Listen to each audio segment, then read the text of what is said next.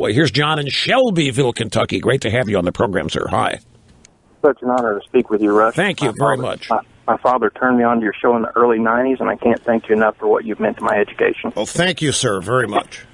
I have a couple questions for you regarding the narratives in Ferguson and the media's implications. The first is the media and the talking heads are constantly saying it does no good to burn down your own neighborhood, or asking why are you burning down your own neighborhood. Is the media's implication that it would be okay or helpful to burn down someone else's neighborhood?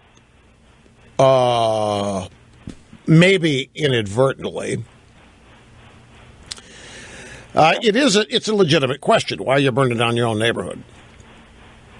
Okay. The second one is regarding the racial makeup of the police forces. They're constantly talking about this. Is the media and the talking head implication that perhaps a black officer would not have shot Mr. Brown? That's right. Exactly right. Would not have stopped him? Exactly right. Okay. Well, I just was curious about that. I appreciate you taking my call. That's the assumptions that they're making. Absolutely, yeah. A black cop would let him get away with it. Absolutely. No way a black cop pulls a trigger. No. Black cop would have never been in that position because the Gentle Giant would have never been threatened by him, so would never have tried to get his guns, would never have accosted him in his own car. It's the white cop that was the problem. The black cop, none of this would ever happen. Well, they might, but the black cops might go after bad guys, but that's not a factor in this case. I mean, he's asking a legitimate question. The media is trying to say, black cop, none of this would have happened. Well, that's why I'm saying we need more black referees in the NFL. I'm telling you, we got all white refs, mostly white refs, not just referees, but umpires, side judge, field judge. It's a 75% black league, and all these officials are white, throwing flags on black guys. It's not proportionate, it isn't fair. Civil rights violations occur every Sunday in the NFL, and nobody's talking about it yet.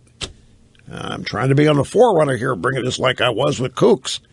Keep our own kids safe. The dangers of soccer. I mean, I was decades ahead of that. No. The theory is that if the cop had been black, the Gentle Giant would not have felt threatened and therefore would not have made any aggressive behaviors toward the cop, and therefore the cop would have not had to draw the gun. Oh, wait. No evidence of what? We're not talking about reality here. This is my point.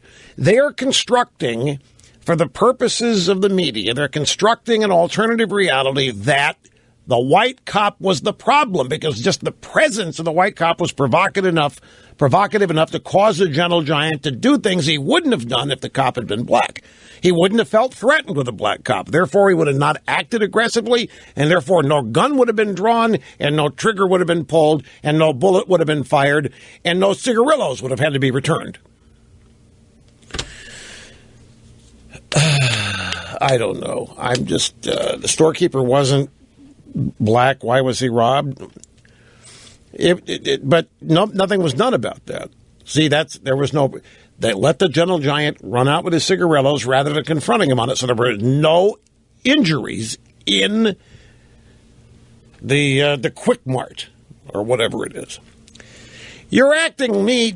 You're treating me like I'm advocating. I'm just telling you what they are saying about this. And this racist cop thing is going to burn itself out at some point. Everybody knows this. At which time they will then circle back to the racist Redskins. Mark my words, because it never ends. See you tomorrow, folks.